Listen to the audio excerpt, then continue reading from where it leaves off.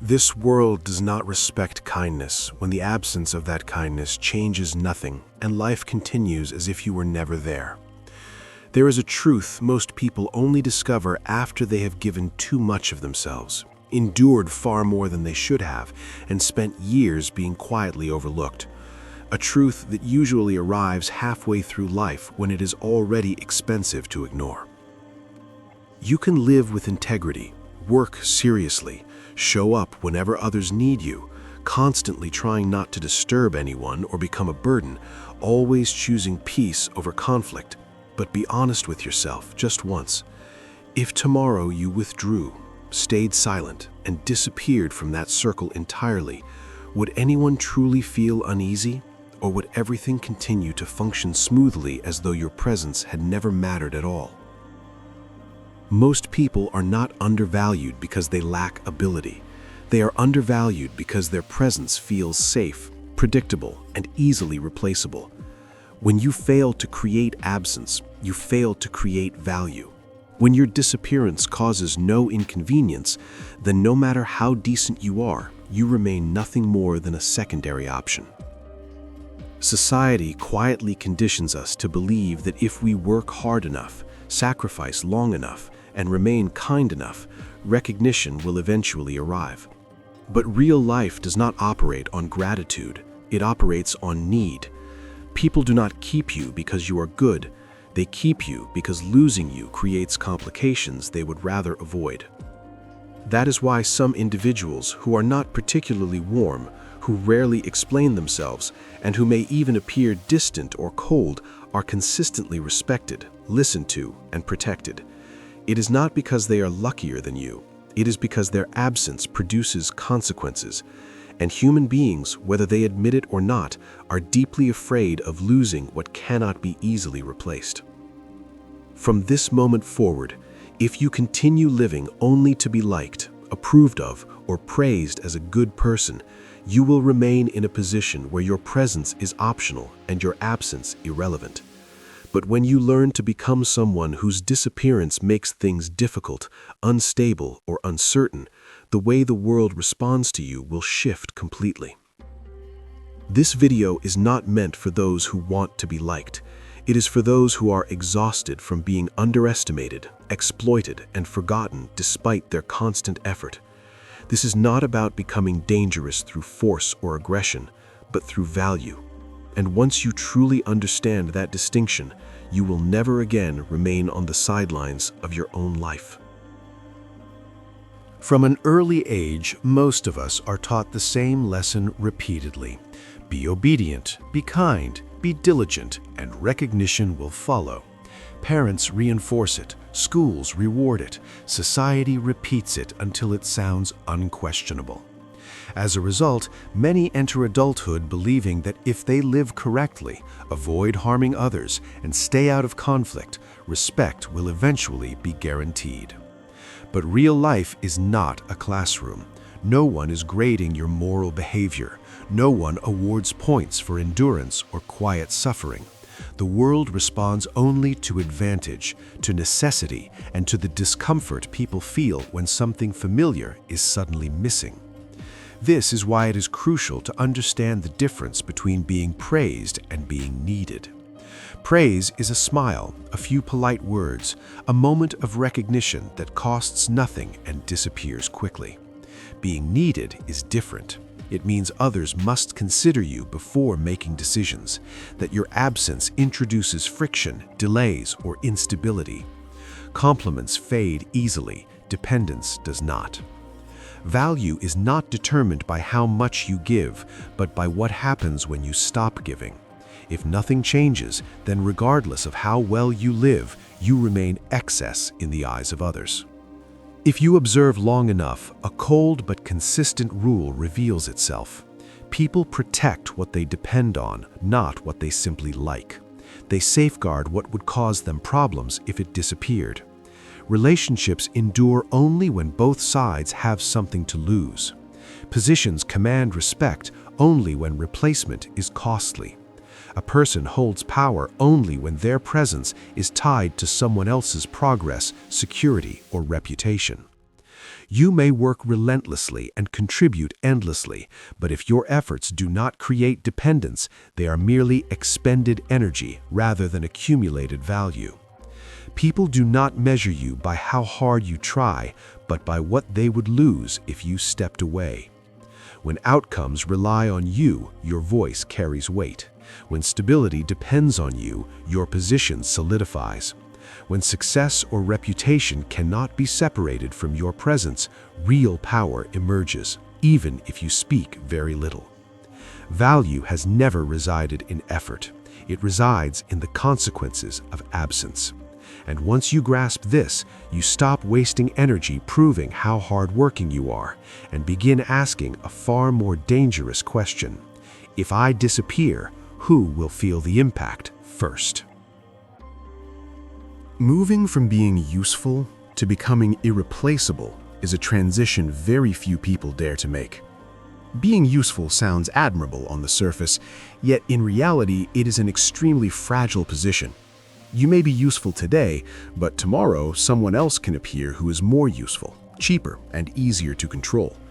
Usefulness is something that can almost always be replicated, and in a world overflowing with effort, anything that can be copied will eventually be replaced. Irreplaceability is different. It is not a natural state, but a strategic one. It does not come from doing many things, but from doing one thing so critical that without it, outcomes collapse. The irreplaceable person is rarely the busiest one. They're the one who controls the decisive point where everything either succeeds or fails. To move from being useful to becoming irreplaceable, you must abandon the desire to please everyone.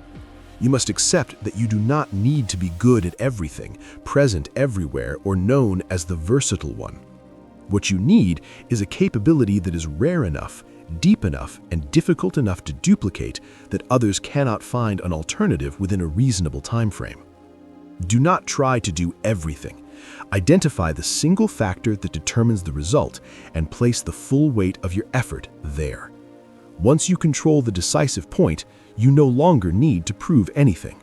Others will adjust how they treat you, not because you demand it, but because they have no better option. Invisible power begins where control no longer needs to be seen. Those who lack real influence are often drawn to loud authority. They speak forcefully, issue commands, and constantly perform dominance to convince others and themselves that they are in control. Yet this constant display is the clearest sign of insecurity, because any power that needs to be proven is power that is still unstable. True power operates quietly. It slips into the thoughts of others and shapes their choices until they believe the decisions they make are entirely their own, even though the direction was determined long before the choice appeared. When you must constantly force, argue, or persuade, it means you are still outside their mental framework rather than embedded within it. The highest level of influence is reached when you become the voice that emerges in someone's mind at the moment of hesitation. Before they act, they find themselves wondering what you would think, how you would respond, and whether you would approve. At that point, commands are unnecessary, because behavior adjusts itself to remain aligned with the path you represent. Guiding thought is always more effective than commanding action, because actions can be resisted while thoughts are rarely questioned. When you shape how others interpret situations, you no longer need to control each step they take, because they will walk the path willingly without realizing it was shaped for them. There is an art to disappearing at the right moment, where absence speaks more powerfully than words ever could. One of the fastest ways to devalue yourself is to be present too often. When you are always available, always responsive, and always ready, people grow accustomed to your presence and treat it as a given. Constant presence does not create respect, it creates habit. Human beings desire what is scarce, not because it is inherently superior, but because the mind is wired to value what is difficult to access. When you know when to step back, when to remain silent, and when to allow space to form, you force others to begin paying attention. In that moment, your value is redefined, not through explanation, but through absence. Disappearing at the right time is not avoidance, nor is it cheap psychological manipulation. It is deliberate withdrawal, allowing others to experience the consequences of not having you there. When your presence becomes rare, it naturally becomes valuable. Lasting power does not come from moments, it comes from systems. Many people believe authority is built through dramatic interventions, heroic rescues, and impressive displays that draw admiration. But such moments only generate temporary attention. Once stability returns, the hero is often forgotten. Sustainable power lies not in how many problems you solve, but in whether the system can function without you. Instead of rushing to extinguish fires, the strategic mind designs systems where fires are rare, and when they do occur, only one person knows how to contain them. When processes, strategies, or operational flows depend on your thinking and presence, your position protects itself. Others may not like you, but they cannot remove you without damaging themselves in the process. Systemic value always outweighs personal value. Individuals can be replaced, systems rarely can. When you become an inseparable part of the structure, you no longer need to fight for your place. The place holds on to you. There is a level of influence that very few people ever reach, a point where others no longer feel secure making decisions without you. They're fully capable of acting on their own, yet they hesitate, not because they lack ability, but because they need your confirmation to feel certain that they're choosing correctly. Human beings do not act for the present, they act for the future they believe is attainable.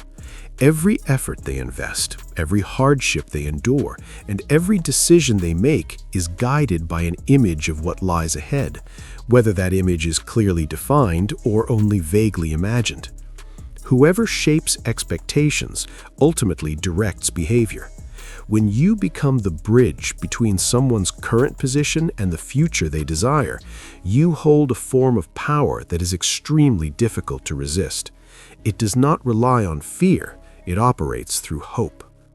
When you are the gateway to opportunity, the one who opens paths, the one who determines when advancement is possible and when it is not, others begin adjusting their actions instinctively to avoid being excluded. Losing you, in their eyes, is not merely the loss of a relationship, it is the loss of forward momentum itself. Hope may appear soft, but it binds more tightly than any rigid command ever could. There is also an art to disappearing at the peak, when absence transforms you into an irreplaceable memory. Most people make the same mistake. They stay too long. After reaching a position, gaining influence, and receiving recognition, they continue to appear, continue to explain, continue to prove themselves, until their presence becomes familiar, then ordinary, and eventually weightless.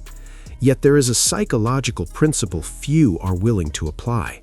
Maximum value does not come from how long you remain visible, but from when you choose to leave. When you withdraw at the moment everything functions best because of you, the void you leave behind is magnified in the minds of others. Human beings tend to idealize what is no longer present. When you step back at the right time, people begin remembering you more favorably than reality ever was. They exaggerate your role, reassess your importance, and attribute to you an influence you may not have even realized you possessed. This disappearance is not escape, nor is it surrender. It is a calculated retreat that allows your power to persist even in your absence. Staying too long breeds familiarity. Leaving at the right moment creates memory. And in this world, memory carries more power than presence ever will. At this point, you need to understand one thing with absolute clarity. The world is not cruel. It is honest, and it has always been that way. It does not reward unconditional kindness. It does not cherish silent sacrifice, and it does not preserve anything that can be easily replaced. You are not overlooked because you have not tried hard enough. You were overlooked because you tried in the wrong place. You attempted to trade morality for value in a world that responds only to necessity and consequence. When you become necessary, respect no longer needs to be demanded. It emerges on its own. When your absence creates instability, you no longer have to compete for position because the position begins to protect you. And when others fear losing you more than they fear disappointing you, you have entered an entirely different level of influence. You do not need to be likable. You need to be indispensable. If you want to continue understanding how human beings truly operate, how psychological power works, how invisible influence shapes behavior, and how real value is built in a way no one dares to dismiss, follow this channel. What comes next will not make you comfortable, but it will make you far more aware. And if you know someone who is constantly exploited for being too kind and too giving, share this with them. There are truths that, if not heard early, are paid for with years of silence. I will see you in the next videos.